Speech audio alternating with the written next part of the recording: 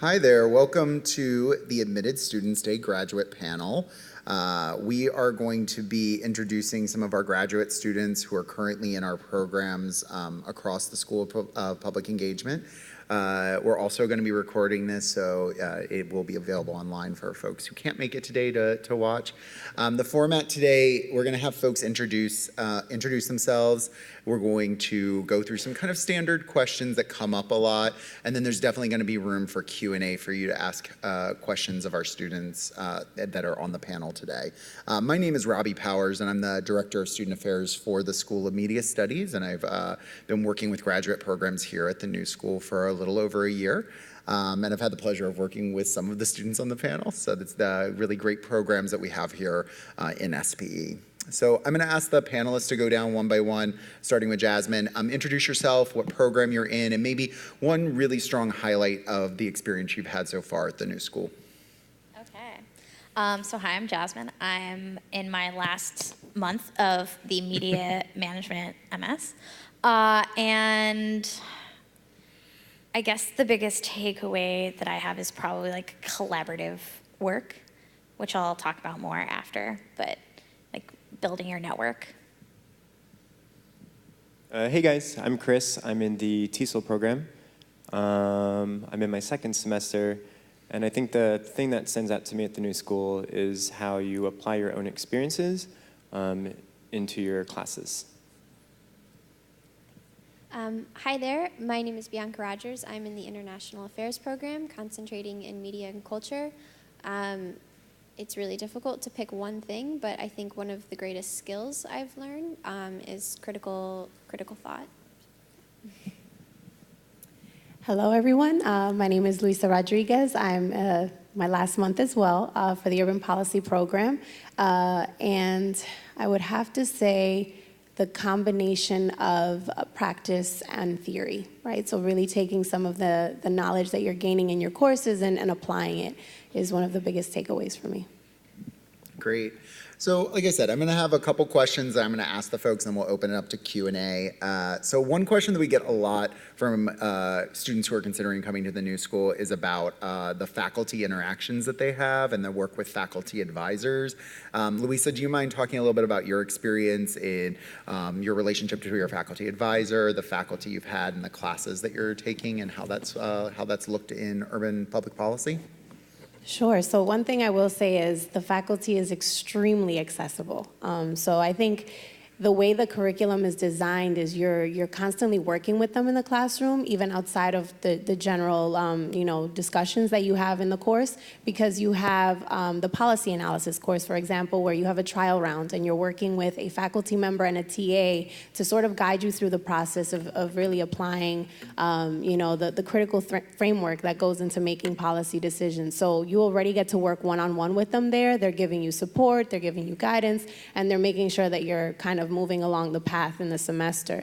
And then you also get more of that in the policy lab, where you get to work with 2 real-life clients within 5 weeks. You get 5 weeks per client to really deliver steps and recommendations on things to implement in their agencies or organizations. So once again, you're working with them, they're supportive, they're available, they have office hours, and you also work with them during your class time for that.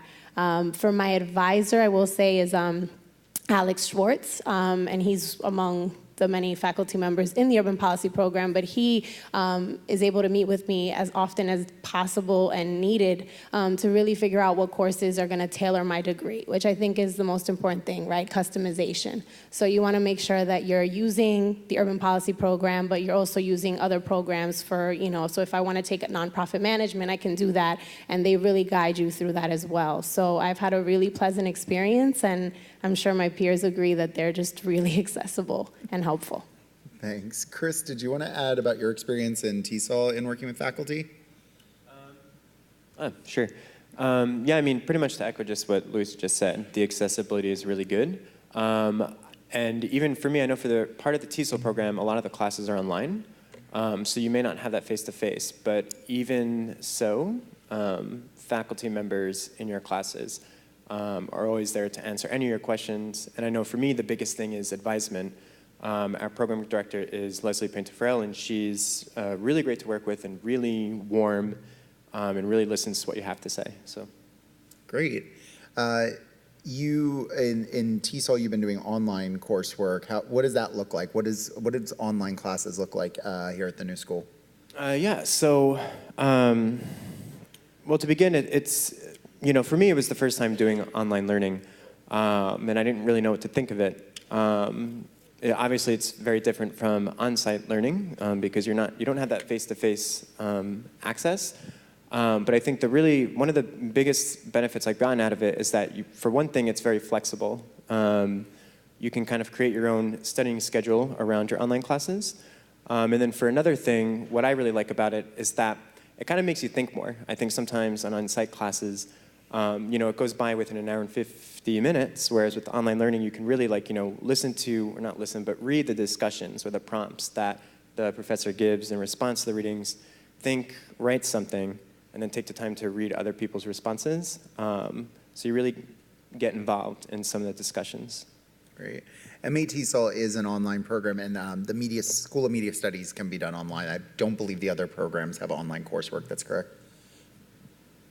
For urban policy, I was able to take a program evaluation course online over the summer, which I found to be very helpful for me, as at that time I was working full-time, and I knew that I wanted to take a summer course. So it gave me the flexibility to be able to take on a class over the summer, but also manage my time, which is sort of what was mentioned. So yes, we do have, but not as many as other programs.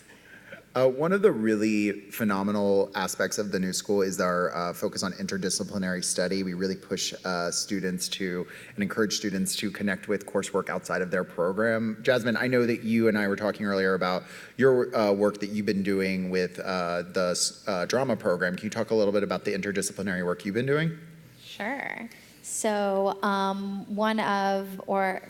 a very fond class of mine, that's not a word, last spring, we offer a called a collab cinema workshop through the School of Drama and Media Studies. So the MFA level playwriting students write short films, and then Media Studies students apply and interview to produce, shoot, edit, basically everything other than write them, direct them, and act in them. And so these are MFA directing students and writing students and acting students. And so it's a completely new group of people. It's a completely new setup. It's a different school within the university, and I really loved working on a short. So I produced and assistant directed a 8-minute film. And I was one of 4 films that were made. And so there were all different teams.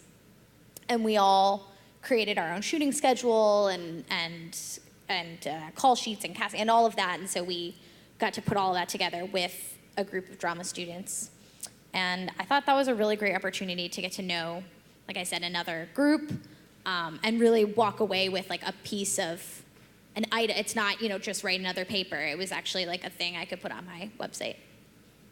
Has anyone else on the panel done coursework outside of their program? Sure. So I actually took about 3 nonprofit management electives, one of which, well, just to say them briefly, Introduction to Social Entrepreneurship, where you really get to work with an actual client as well on sort of providing a business plan for them and a social venture that they're taking on. Then we also had Foundations of Organizational Change, where you get to work on some of the ways that you're able to mitigate challenges and within an organization when you're affecting change. And that's usually internally, and what are some of the tactics that you can take on as an effective manager to address issues coming up. And the last is actually one that I'm taking right now, which is fundraising and development, which again, for someone like myself who didn't really have a lot of exposure to fundraising and development, I get to understand how to sort of incorporate that in my own nonprofit that I'm working with. So again, really helpful to just get another perspective. Even though you have a policy background in the urban policy program, you get to kind of work around different programs and strengthen your core skills. Great.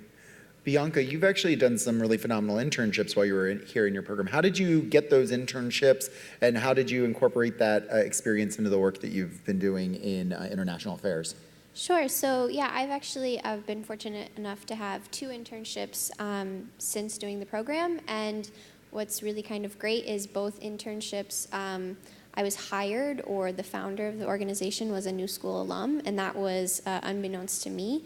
And they were both. One was youth media education, another is a social justice communications lab. So their work doesn't necessarily cross. But it just kind of goes to show the New School network that's within this city.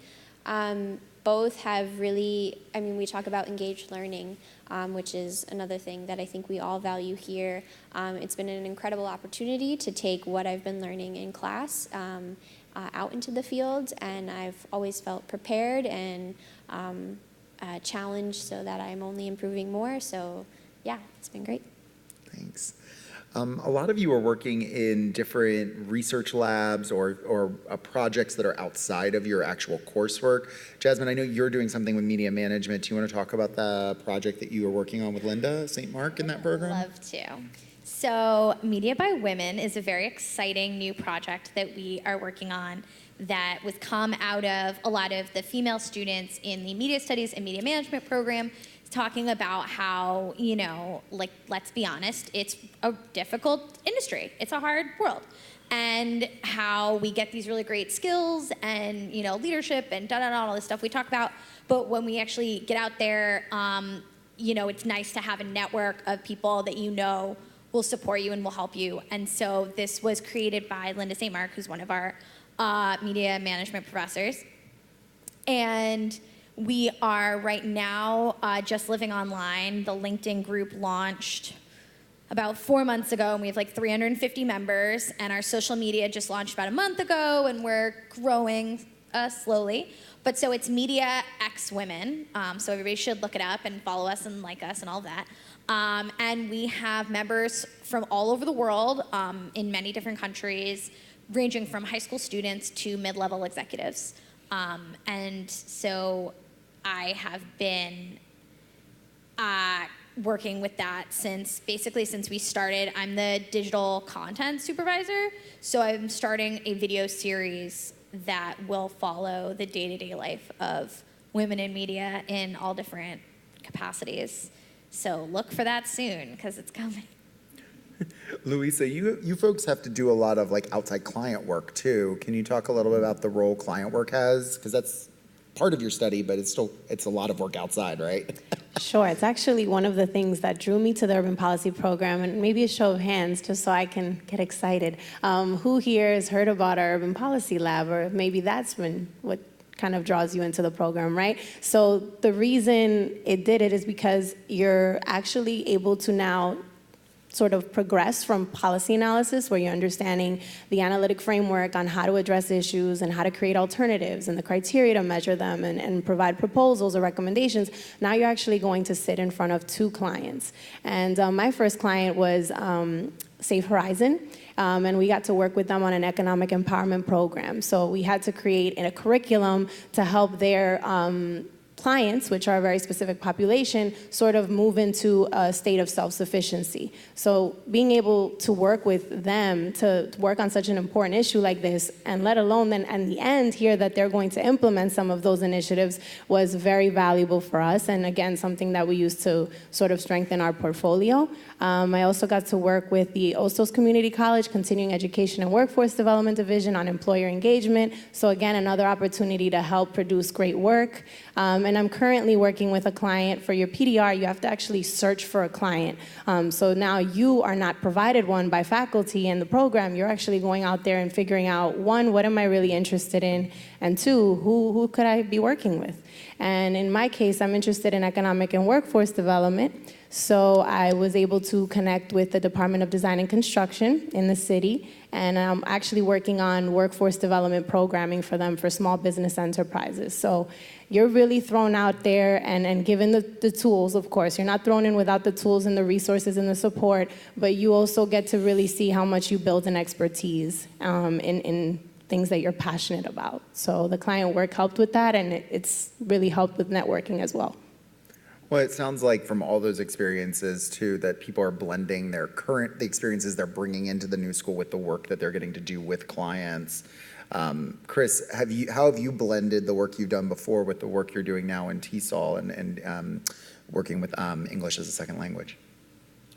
Well, I mean, a lot of it kind of, both your job and grad school, they kind of already blend together. So a lot of people who do the MA and TESOL program tend to already have a lot of experience teaching English under their belt. And if they haven't, then they're exposing themselves through volunteer programs. I know for me, I mean, the biggest benefit is that my current job is teaching in a private language school, and then on top of that, I'm taking classes for TESOL. So a lot of the coursework tends to revolve around your current job. So if there's a paper assignment that's due or a project that you need to finish, they want you to use your current job and apply it to that kind of research and assignment. And I know that just from off the top of my head, I think the biggest thing about the TESOL program that we do here at the new school is it's a summer intensive program where a lot of people tend to come on site to the school to get some teaching experience or curriculum development experience or practicum experience. And there's also the outreach program where a lot of current TESOL program students can branch out voluntarily and teach English in different parts of New York City. Great, thanks. I have two more things I want to make sure I cover on our list of common things that come up, and then we'll open to Q&A. I was hoping that Bianca could talk a little about one of the really phenomenal programs here at the new school, which is the IFP program, and that's housed in international affairs, but open to a lot of students in our programs across different majors. Sure, so I will preface it with this. I was supposed to go to Turkey last summer to do the international field program, but about halfway through the semester, the school made the decision to no longer go to Turkey, which ended up probably being the right choice. So within that time of transitioning the program, I ended up taking on an internship. So I did not do the program, but I can speak to the success that my fellow students have had. The Turkey program specifically turned into the Balkans, and they ended up kind of following the refugee trail. And I know we talked about it in our session. They weren't going as reporters or just kind of documenting. They were working with organizations on the ground, everything from local mayors to bigger humanitarian aid organizations, and that's just kind of the work that students do in these in the program across all of the sites. And another great thing about the program is that what you're doing during that summer usually kind of stems into your thesis or your practicum work. So really you're looking at like a year and a half of work, which is great to come out of the program with something so in-depth. So I highly encourage it.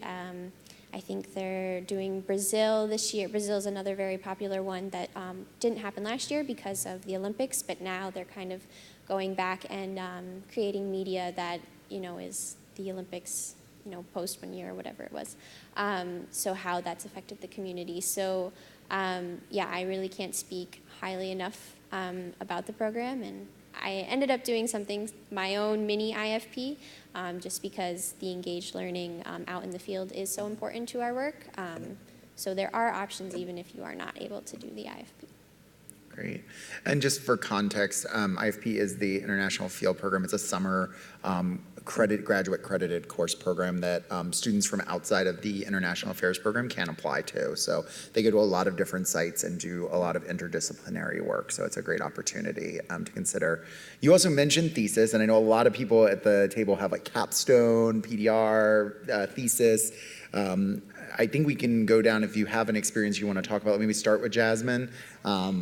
That talk a lot of the work you're doing in Capstone and maybe some of the work other people are doing in media studies around culminating work. Well, so in media studies, you can or you do not have to do a thesis, and some students do and some students do not.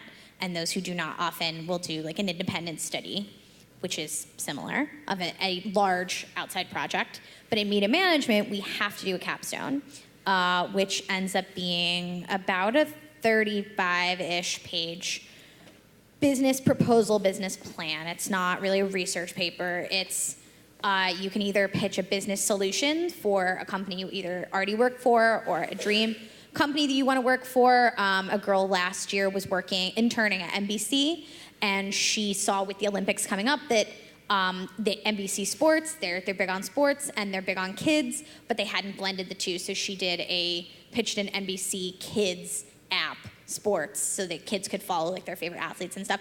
And I think they actually promoted her into like a role that would monitor that. So a big part of your capstone is kind of like, how can I get my career up to the next level?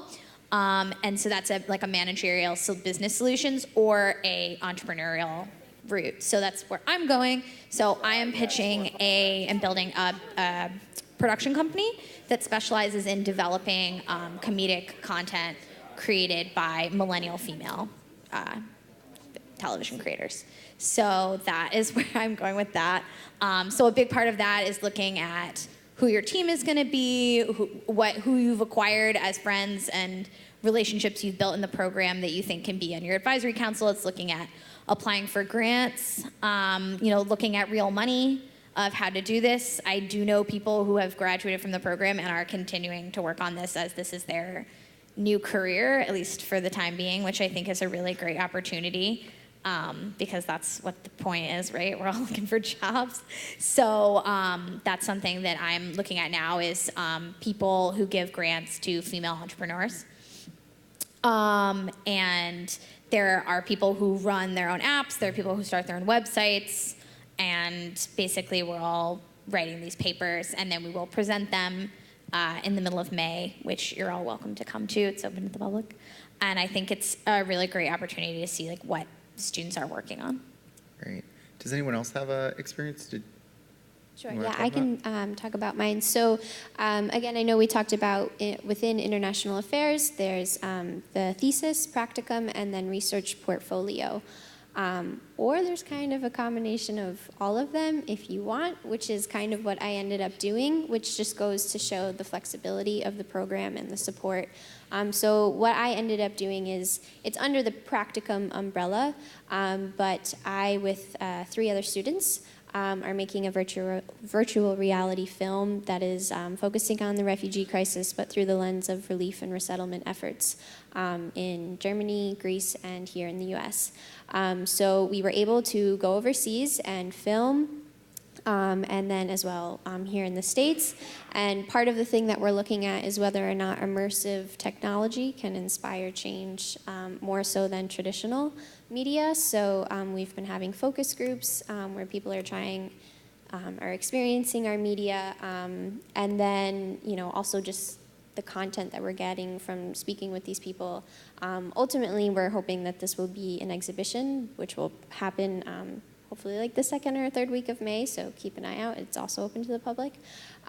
So yeah, and just in that process, in general, we really wanted to find something that would really be meaningful to our work. We invest so much time and to have such a takeaway as making a film, but even more than that was really important. And we've had incredible support from faculty, from the program at large with travel scholarships. So if you don't find something that necessarily fits what you want to do, I highly encourage you to create your own. The faculty are ready to support you, and I think that is such a valuable asset to the program. Great. Luisa, did you have something to add? No? Sure. I know I mentioned my PDR, which is the Professional Decision Report for Urban Policy, working with the Department of Design and Construction. But I think with me, what it's helped me do is really understand what field I'm interested in, because I knew that I was focusing on economic and workforce development, but now I'm able to kind of see it not in a nonprofit lens of maybe workforce development or even an academic institution based on some of the clients that I mentioned I had in my policy lab experience. Now I'm able to see in government and local agencies sort of where they are such critical drivers of economic development, and where our constituents and other agencies can kind of come together to provide services and streamline these services. So that's what I think I've gotten the most so far out of my experience, just understanding how all of these things come together and how it impacts our everyday life. Great, thank you, folks. So this is the part where we're gonna open it up to questions for the panelists. So raise your hand. We do have a microphone, so we'll bring it up to you. Does anyone have any questions that haven't been answered, or something they want to build off of? Maybe we start with a question, or you can throw to the, Sure. How many of you, if you were not from New York City and you moved to New York City, what was that transition like for you? I actually moved here. I transferred in undergrad, but I can still speak to that experience. For those of you that would be moving here, first and foremost, the number one thing is to just act like you know where you're going. That's like 101. But even still, just navigating the city, being here in school. I've lived in the city while attending school and while not, and I think that I would much rather prefer to live in New York with the safety net of being in school, just the support that you get.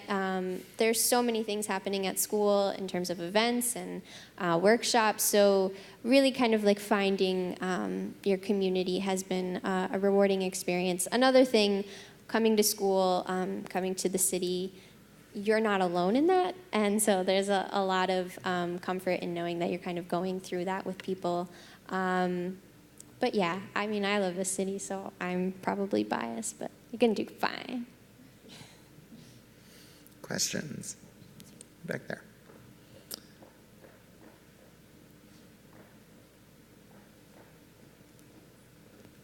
This is kind of building off of that question. For someone who's moving into town, or for any of you, where do people live and how do you find housing?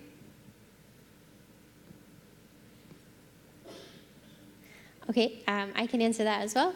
There are a variety of options. I think the new school has its own graduate program Facebook group where people are constantly posting housing. That's actually how I got my apartment when I moved back to the city, like 5 days before school started.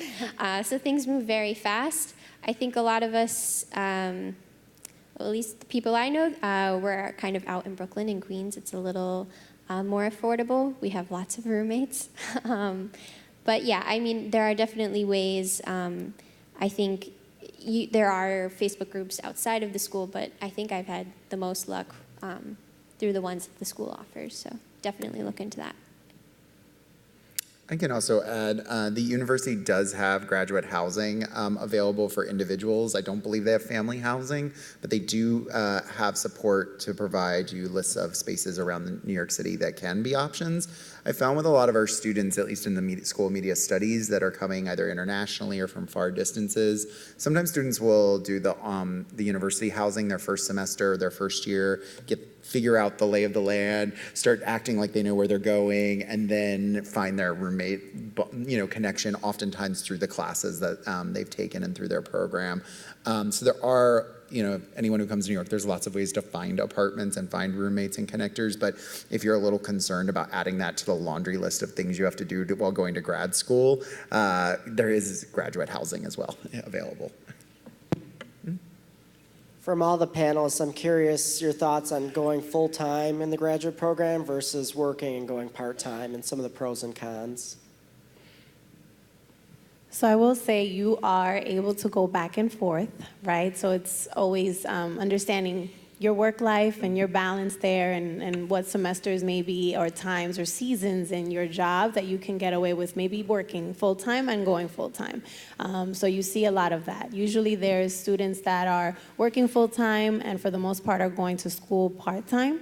You find that more often, but then you find that maybe they're taking a full-time on both ends for a semester, and that works for them. So I think understanding what your load is and what your priorities are within every semester is important.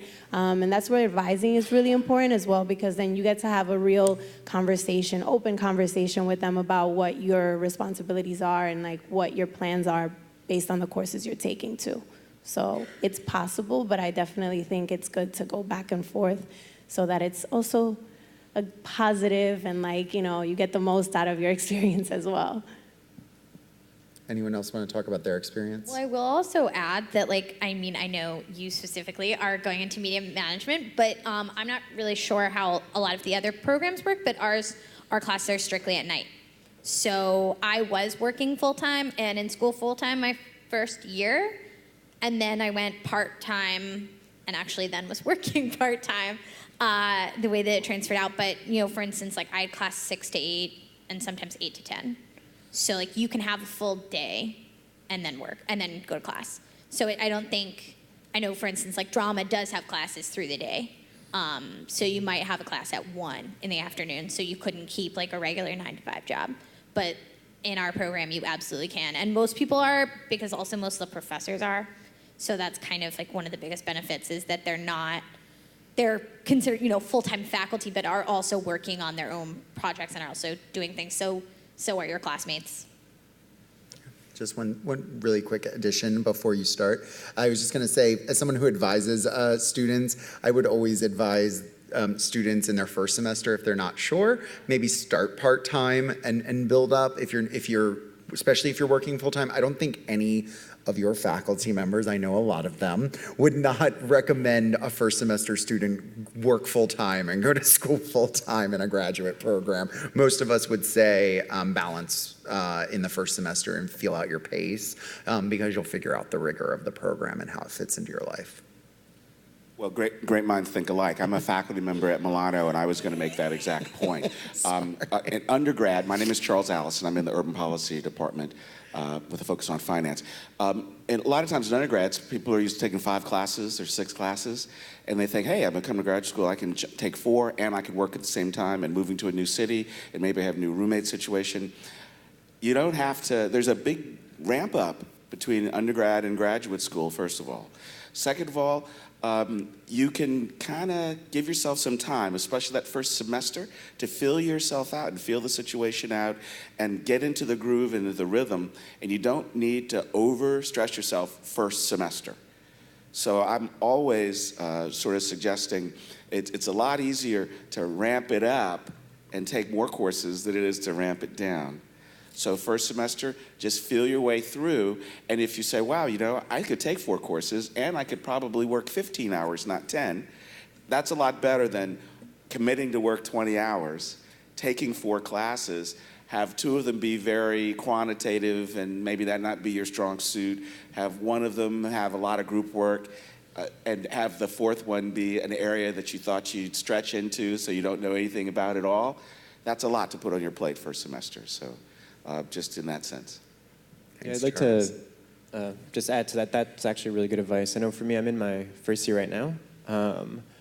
And I would say too, whatever high expectation you have, I can do this, put it a little bit lower and be realistic about it. I know for me, I was like, I'm going to do this part-time or full-time work and full-time classes. Last minute, change to part-time classes.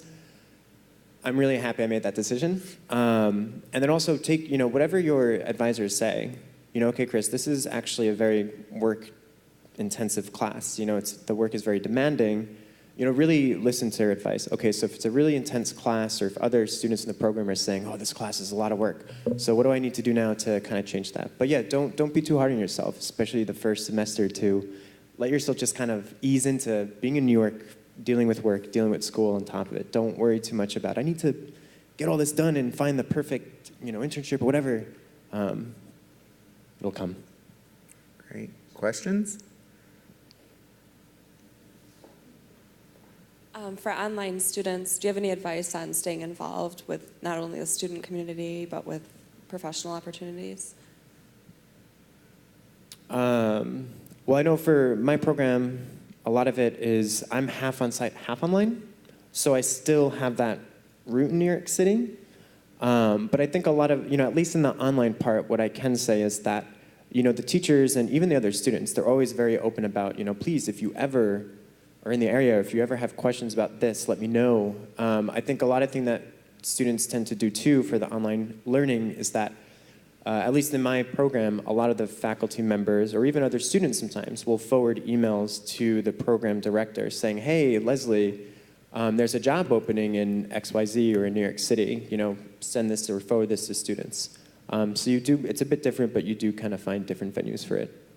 I would also add, since I advise and work with online students in the School of Media Studies, some of our strengths with the students who are fully online is rethinking what community looks like to make it work for them. I think my strengths are around connecting students with faculty members and people within their research and students who may have done similar work, rather than saying like, we're having an event, how can we engage with you through social media or log you in? Because sometimes that's not always the best way to engage our online students.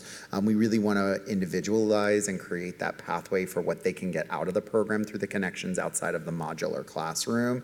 And through that, I know almost all of our online students' individual plans of study, their research, and when a course or an event comes up that we might live stream, I send it to them individually. I know how to make those connectors. So that's what's really great about our faculty and our students. I can also talk, actually, I'm the TA for the online section of the Capstone program. I forgot. Yeah. And so I can say, so we have students, there are 15, I think, in the class, and they live all over the world. So, I think it's really interesting getting all the different perspectives and like what people are doing in their daily lives. And so we just have a message board, like I'll post a question and then everyone will respond to it, and then everyone else has to respond to what other people are responding to. So, it's sometimes really hard to keep track of. But it's interesting, like I said, you're getting like everyone's different point of views, and then sort of the time zones get weird and people respond in the middle of the night because we have a student in China, and then we have a student in South America, and then there's somebody in London, and then there's somebody in California, and so like everyone's kind of responding with their like different perspectives and stuff. So I don't know, I think that's cool because while in New York, like we all see kind of similar things. Not that we all don't have international backgrounds and everyone's coming together, but living other places is also kind of a benefit for the program. So this is for everyone on the panel.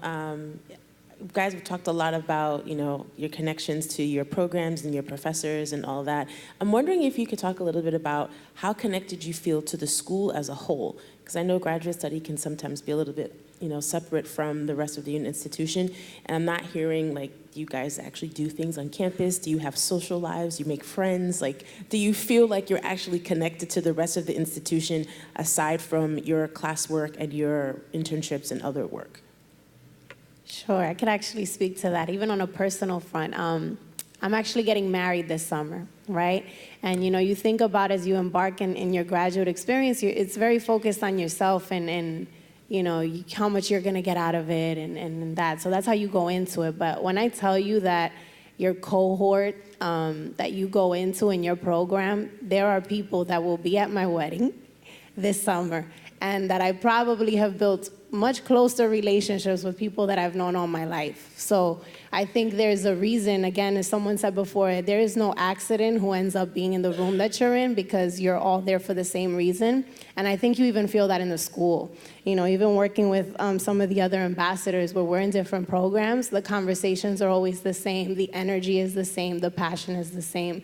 You feel that all across the board. So whether they're in your program, whether they're even in Milano, right? If they're just Parsons students and they end up being in your classroom, you really build these super amazing relationships with these people on a professional, academic, and personal level. So absolutely. It's a family and it's a community in every sense of the word. And I can also add to that, I feel so strongly about my cohort, and I think we're already emotional that we're graduating in a month. But beyond that, the student organizations that are available, I've been fortunate enough to be involved in a number of them, and also in light of everything that's happened within these past couple of months, several more student organizations have been created. We've kind of created a student activism group that has also had a lot of support from the faculty. So I would say across the board, students are very engaged with what's going on, both at the local national, international level. But then, of course, we've talked about this a little bit before of cross disciplines. I mean, we're working with students who might not necessarily be in our programs, but through this organization, they are bringing a different perspective, and how can we move forward and address whatever topics or issues that we'd like to talk about. So yeah, there's always something to be involved in. It's kind of overwhelming. You will never even know of all of the things that are happening, but they're there, and I highly encourage to get involved. Jasmin, are you in a student organization? Hey, so I'm the president of the you're like waiting for me. So the Media Studies Student Council, or the MSC, is the basically student council, but it's so much more than that, I feel like, in grad school. And it's we do put on events and lecture series and speakers and mixers and things like that, but we also are a group where people come to talk about different groups that are coming up, and they come to recruit, and they come to discuss what is going on in their area of the department. And if somebody says, hey, I know this really great person, I'd love to have them come speak, we'll help you organize that, or go to an event. And last year, we ended the semester with a town hall with all of the program directors discussing kind of like what they like about the program, what they feel would make it stronger. And some of those changes have actually gone into effect. So we like to think that we're doing well. I would just build also off of what Bianca was talking about with the involvement on campus. One of the core values here at the new school is around social justice, and you're going to find a lot of organizations, especially those that where grad students are actively involved, tend to be around connecting those topics of social justice.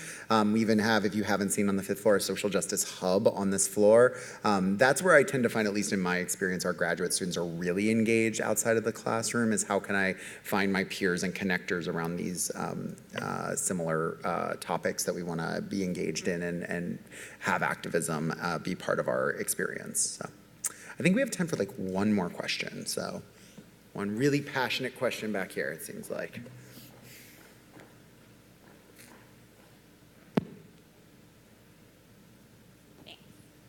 I was waiting until you said last question.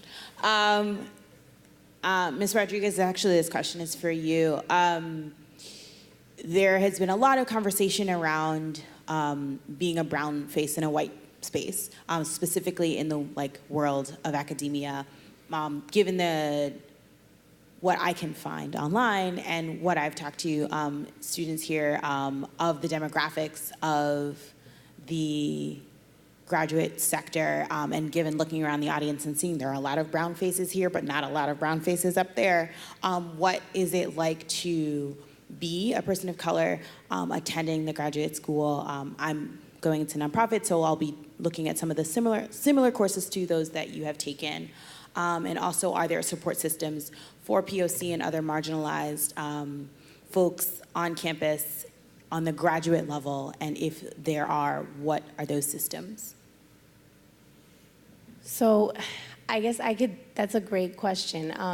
I can definitely speak to the diversity in the classroom, because I know you did mention the diversity in the audience, and you definitely see that in the classroom. You get a sense of that with your peers, not only diversity in their backgrounds as far as what they do, but even more so ethnicities and things of the sort. So I think that in itself has provided a very diverse, a very fruitful set of conversations. We really don't shy away from those conversations. We remember, especially speaking about policy, we understand that these are factors that, are heavily entrenched in some of the issues that we face, social justice issues and just generally social issues in our society. So we definitely delve into those conversations. We are adults, so we get into the conversations and we talk about ways to deal with it and some of the solutions. So I think the new school provides a space where everyone is welcome, all opinions are welcome, and just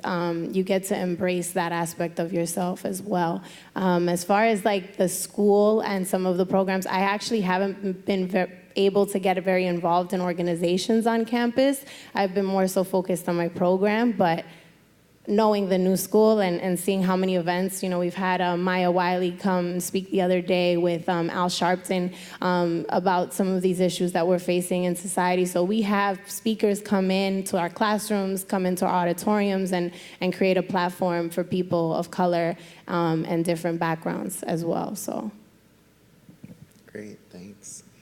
That was a great question. I think we've run out of time. We have to wrap up now. I guess for next steps, today is wrapping up. I would say make sure you're staying in contact with your programs. Hopefully you've gotten some business cards from our admissions folks, from our faculty, from our student ambassadors that are up here, and we can definitely connect you if you have any questions after the session. Thank you so much and have a wonderful day. Merida, Merida has something, sorry. Join us at the reception. Back in the Star Foundation, for those of you who are in the Milano School this morning, but for those of you who are in School of Media Studies or teaching English to speakers of other languages, we have food and drink, lots of conversation. Faculty, current students, and alumni will be there. I'll be there. I'm the director of admission. For those of you who I did not introduce myself this morning or early this afternoon, I'm the director of admission for the School of Media Studies, the TESOL program, and the Milano School. My name is Merida Escandon-Gasbaro. I'm also an alumna of the new school, and I'd be happy to answer any questions, and we're all available. Student financial services will also be available, and other student services. So please come down, get something to eat, something to drink, more conversation, more questions that you can have answered. Thank you very much to the panelists. Thank you so much for joining us. All right. And Robbie, thank you for facilitating. Thanks, everyone. Thank you very much.